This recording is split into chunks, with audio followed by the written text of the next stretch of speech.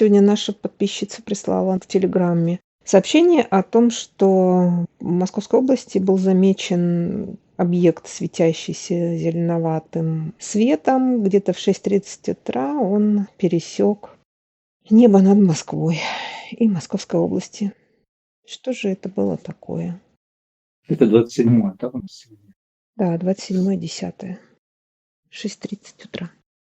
Так, в Москве. Ну, как-то я уже там. Может, ты что-то видишь? Я стою вот спиной к южной части, к югу, скажем так. Ты в это время как раз там? Ну, параметры такие заданные, ну, как накануне даже.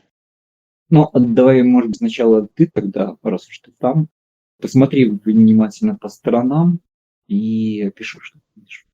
Я смотрела туда-сюда, наверх, в итоге я поднялась над планетой почему-то.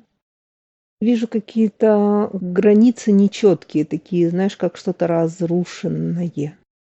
Вот как будто бы происходит какой-то взрыв, то вот такие неровные, нечеткие края остаются. И вот я недалеко, скажем так, вот от этого края. Что там дальше, я не вижу. Они, знаешь, на фоне темного так не очень заметны, но, во всяком случае, вот ощутимы. А ты над каким регионом сейчас находишься? Над Террой уже. Там уже как-то регион никак не связать. Ну, наверное, вот это полушарие. М. Все. А вот этот след, как от взрыва, он где находится? Так, сейчас скажу, где это. Это сколько-то тысяч километров. Ну, вот что-то разрушенное. Ну, хорошо. Тогда, Аленка, буду спускаться, смотреть. Тут уже Мгм. спуск идет у меня, как будто бы внутри кометы нахожусь. Но это не внутри вот этой кометы, которую мы сейчас наметили посмотреть. Это над Террой, где-то высоковато, что-то такое, как огненное. Или внутри чего-то огненного. Кстати, знаешь, вот как будто бы как сижу в какой-то стеклянной, ну, типа стеклянной, или овальная, или круглая сфера, а вокруг шлейф такой огненный. Но внутри нахожусь как в позе младенца. Не знаю, это ли ситуация, но пока вот так. Так, это было сверху, ну, то есть прямо вниз смотрю. А сейчас траектория, она изменилась, вот уже ближе к Терре, это портальный канал, влетел в портальное окно, и траектория изменилась, ну, условно говоря, под градусов 90. Да, где-то вот в этих краях, где вот видео вот это было. Это ты зашел, да, значит? Но это я наблюдаю, не знаю, я ли что ли, ну вот как будто бы я не я, но не знаю, ну что-то вот такое. И вот когда произошел вход уже через портальную нору, портальная нора называется, здесь произошел разлет по нескольким траекториям, когда вошел уже вот в горизонтальную траекторию движения над средней полосой России. Тут произошел разлет на несколько репликаций, на 5. 3 основные и еще 2 как фантомные. Какая-то вот такая ситуация. Стоп. Сейчас. Что-то такое интересное на самом деле. Когда вошел уже в плот, ну, вот, под углом 90 градусов, траектория просто она изменилась. Вот она была прямо вниз на Терру, прямо вниз. А потом портальная нора и вход уже в, ну, это 3,6 мерность. Но световой след виден и на третьем уровне. И вот произошло это расщепление на 5 каналов, и в момент вхождения и переход в горизонтальное движение как бы моментально отделился, ну, вот от этих 5 объектов. Там ключи. Эта доставка произошла ключей в 5 регионов, 5 точек. Ну, вот сейчас нахожусь над вот этими траекториями, как бы наблюдаю со стороны за ними. Места скрыты, они не могут быть озвучены сейчас, но вот этот нас интересует, который в Москве был проявлен, зафиксирован. Давай я его пока наблюдаю. Заход был с уровня 3,6, как сказал. На уровне 3,4 начался процесс как возгорания чего-то. То есть произошло уплотнение, но вот с понижением вибрационного слоя проявился вот этот огненный шлейф. Это все портально. То есть, естественно, как и всегда, никто не может определить, откуда. То есть, всегда вот на ровном месте. Это всегда портальные каналы. Это вот так все. Так вот тут такая же история. Вот произошло проявление на уровне, так, там 3,6, а это, да, тут до 3,4 было ниже. Это прям совсем уже близко. А почему такое возгорание? Наблюдаю, повторюсь, как бы со стороны. Это другой уже субуровень. Так, вот разлет произошел, да, не произошел. Траектории вот этих ответвлений, да, они плавные. То есть это не то, что там вот так резко в сторону, а именно плавный, как дугообразный разброс.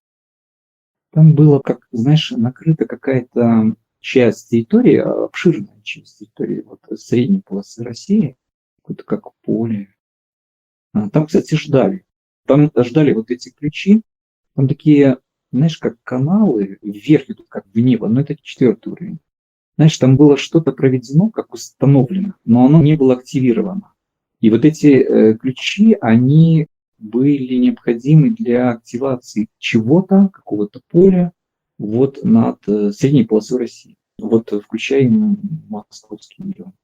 Там что не напоминает в целом полусферу какую-то большую, как щит. Увидела еще, что над Ярославлем и еще несколькими регионами видели такое же. Тоже в это время. Это вот был разброс вот этого спуска. Так, а что тут? Какая-то сложная тут математика. Потому что вот когда уже произошли возгорания, это как оповещение, даже какой-то небесный знак. Вот все-таки все равно я стою на той позиции вот теперь. Там в космосе, да? Нет, я уже снова тут на Терре, но вот с той позиции, откуда начинала. Это получается как спиной к Казахстану, и там такой довольно, как большой участок, видимо, все-таки. Так как по диагонали к северо-западу. И я, получается, юго-восток, как-то напротив вот северо-запада. Он где-то вот так и входил. Так, вот что там было. А вот эта комета, условно комета, это не комета, естественно, это посланник, что-то такого, посылка, может, даже как-то вот так. Когда она вошла в плотное, как был понижен ее вибрационный уровень до плотностей уже атмосферы, она вошла в какое-то поле очень плотное, как будто бы пелена там что-то или марево какое-то. То есть она именно протаранила что-то, какую-то стену, заслон, что ли, какой-то, плотный очень. И в момент пробивания вот произошло это возгорание вот, на физике, которое было зафиксировано. Она просто пробила что-то, что-то массивное, тяжелое очень. Знаешь что, это было разрушено что-то тяжелое, какой-то купол, такой, стена, я не знаю, что это такое. Потому что внутри, вот уже когда он пробил вот эту вот стену, там несколько слоев вот в этой массивной вот этой штуке, которая там была установлена. Это серыми даже, по-моему, что было сделано. Вообще вот этот купол, который был пробит, разрушен, он до 15 километров в высоту, но вот это его разрушение происходило на высоте, где-то километров около 10, я так понимаю. Что-то типа этого. 10, может, 7 километров. Как-то вот так. То есть это, близко достаточно от поверхности. Вторжение какое-то. Тут какая-то довольно-таки массивная структура была установлена. Несколько, даже не знаю, десятков лет назад, может даже полсотни лет назад. Как-то вот так. Такой как купол. Но он обширный довольно-таки, между прочим. Не удивлюсь, что это может быть даже Москва полностью накрыта, вплоть там до близлежащих городов, вот как-то так, большая там. Вот ты говоришь, да, и прямо вот рептилоидный глаз такой с частично кожей. возник на экране. Морщинистый. Да. Может быть, это как бы Ну, эти создатели и есть? ну, не исключено. Может, тебе там как-то чуть попроще стало это видно, потому что я еще пока вот в этом процессе не совсем понимаю. Но тут именно вот вообще вот эта вся структура, она толстая, там несколько слоев, там до километра где-то вот в толщину вот этот купол, может даже больше, может 3 километра. И вот этот вот словный снаряд, он просто пробивает вот это все. Потому что там пошли трещины по всему куполу сразу же. Вот по всему. И он, этот купол, ну, это вроде бы как купол, потому что это точно какая-то стена. Она как бы невидимая, это 4-й уровень, поясню. Но она вплоть до 3,7 уровней. То есть в нескольких диапазонах она установлена. А дракон, по-моему, какой-то. Вот этот дракон, по-моему, он и есть, ну, как хозяин этого купола, как его смотритель. Да, там в момент вот как бы удара он взлетел, он над этим куполом прям, там, знаешь, как гнездовище его. Он прям как взлетел. Что-то маленечко смелости. А ты знаешь, вот второй раз уже исследую эффект, который происходит, когда она полностью как растворяется, да?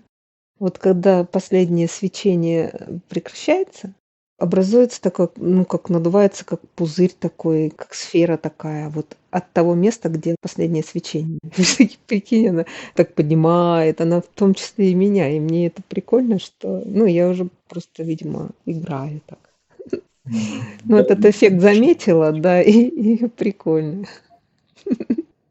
ну да, очень похоже на то. Так, значит, что тут далее?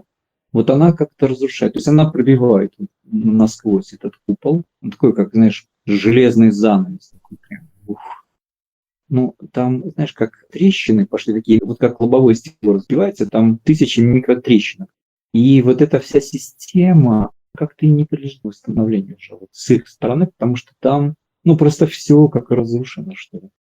Вот, сейчас я посмотрел. Вот эти все микроструктура, то есть там это как микроструктура, как, ну, типа сотовая, ну, огромная. Она теряет связи между элементами. Знаешь, как в невесомости немного начинают они как таять, разлетаться так, чуть-чуть. Но она теряет силу буквально. Вот этот заградительный такой железный купол, что-то вот такое. Ты знаешь Так, что? хорошо, давай. Я Да. просто сейчас тебе скажу, она вытесняет, она растет, она вытесняет просто. Это как-то с очисткой связано. А, Она просто ну, вполне может расширяется быть. и вытесняет, а внизу там полно всего этого темного. Как просто выщемляет. Вот и все. Похоже на то, потому что и внутри купола, ну, это обширный день. Это все Подмосковье, включаем и Москву, несомненно. Но это значительный удар. Это уже такой вот прям весомый. Это не такое там, ну, как эфирно, непонятно. Это вот, ну, практически там чуть-чуть уже и третья плотность. И да, и внутри тоже начинают какие-то перетрубации происходить. Потому что это на весь регион уже внутри. Да, это немножко напоминает, Аленка, то, что ты писала, как расширение. Вот ты Расширение. посмотри ту территорию, вот просто на которую действуют вот эти ключи или вот эти вот посланники. Просто выдели. Вот весь этот купол, который вот над всем Москвой, он, знаешь, он как немного расширяется, раздувается. И вот эти все связи между элементами, которые вот как бы скреплены, именно как железный купол, они, ну, как раз разлетаются. Все в стороны. А внутри этого купола там моментально образовалось поле какое-то, тоже какое-то как полувакуумное, что-то типа такого. Там схлопываются какие-то вещи. Понятное дело, что там все не будет вычищено, но какие-то внешние такие крупные блокирующие структуры, и внутри находящиеся в том числе, повторюсь, опять же, не все, но какие-то вот прям такие Да, похоже. очень крупные, вот они нивелируются. Потому что там много вот этих всяких их нагромождений. Вот много. Прям реально много этого там. Именно московский регион. И вот как ядро это вот Москва. Вот такая штука произошла. Ну, вот утром 27 октября. Ну, пришло время разрушить этот купол. Вот прилетает как железный купол. А вот эти, которые разлетелись еще в 4 направления рядом, это тоже какие-то крупные центры, вот похожие, кстати, как сковывающие какие-то вот, ну это как и щиты, но это как и что-то вот заграждающее, блокирующее даже. Это система вот таких куполов. Москва, она не то чтобы в центре вот этой системы. То есть она как бы в центре, но далее они как бы образуют такую дугу, а Москва по центру дуги. По наиболее Ну, значимым, да. значимым связям. Ну, в общем, да, это вот был удар, нанесенный такой, ну, как сокрушительный по их системе блокирования. Это как и людское сознание, это связано именно с вибрационными характеристиками, как зараженное поле, как такой дурман такой вот тонкий. Он непонятный, он неуловимый, но это именно с понижением вибрационных характеристик всего региона, как некая ожесточенность, некая напряженность, ожидание постоянного чего-то вот такого неприятного, катастрофического. Ну, это вот такое все, как, знаешь, настроение, как именно понижение вибрационных характеристик людских сознаний. Ну и управление, соответственно. Ну как, не управление, манипулирование. Так что это вот такая штука. И вот эти 5 регионов, они начинают, собственно, переход на другие уже характеристики звучания. Ну, более легкие, как очищение даже. Но там очищается. Вообще, знаешь, что идет очистка вообще всего северо-западного региона России, включая московский. Северо-западный весь регион. Ну, это центральный Вот, то есть считается, московский. ты смотрела на северо-запад. Да. Вот этот весь регион, он очищается вот от этих центров, это как мегацентры блокирующие. А.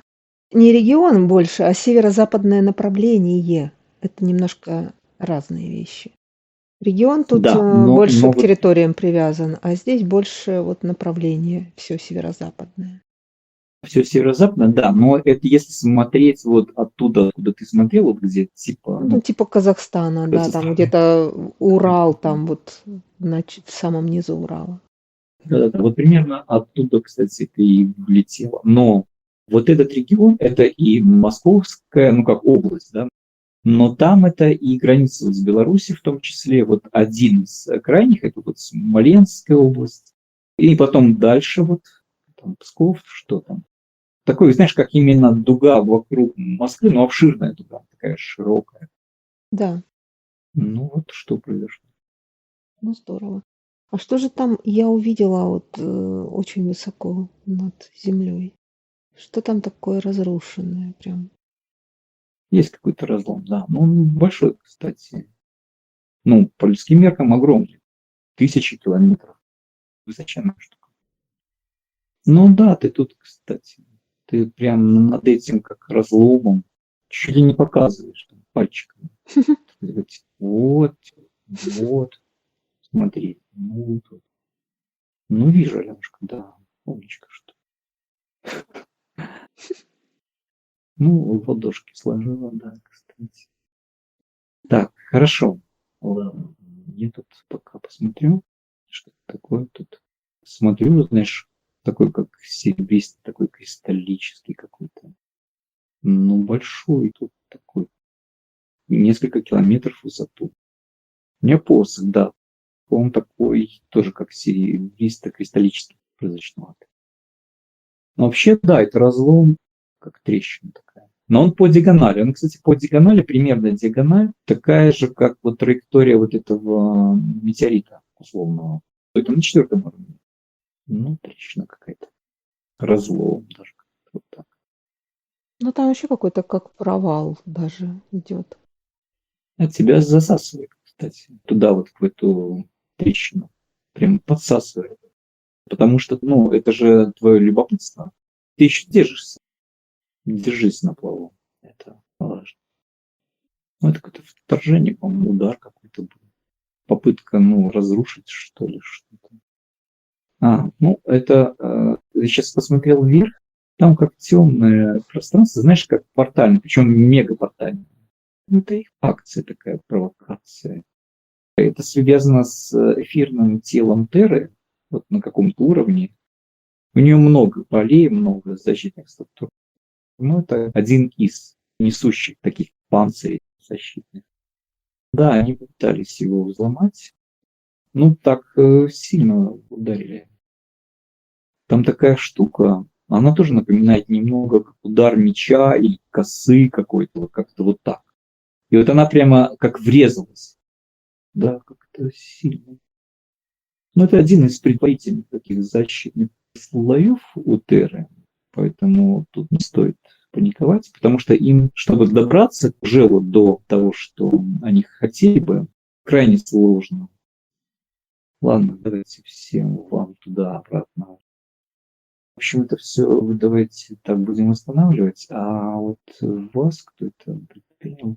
Ну, там маги черные, да, смеки черные, двое. Ну, вам обратно вот это все. Ловите, так сказать, бумеранг. Да, он их закручивает. И туда куда-то летит уже в их пространство. Бумеранг же он крутится, и вот их прямо так и закрутило туда. А вот сейчас вот эта вот щель, она была именно как кристаллическая, а сейчас она становится мягкой, такой, ну, как гель. Вот идет такой процесс заживления, сшивания. Это один из защитных слоев Терры, ну, как кожа. Но это на более высоких уровнях, как 4,5. Это вот. Ну, продолжают они свои безумства, да. Сейчас удаляюсь, тут образовался еще над вот этим местом раскола, еще тоже такой сверху, как, знаешь, как пластырь. Но это слой этой энергии. Длинный на десятки тысяч километров.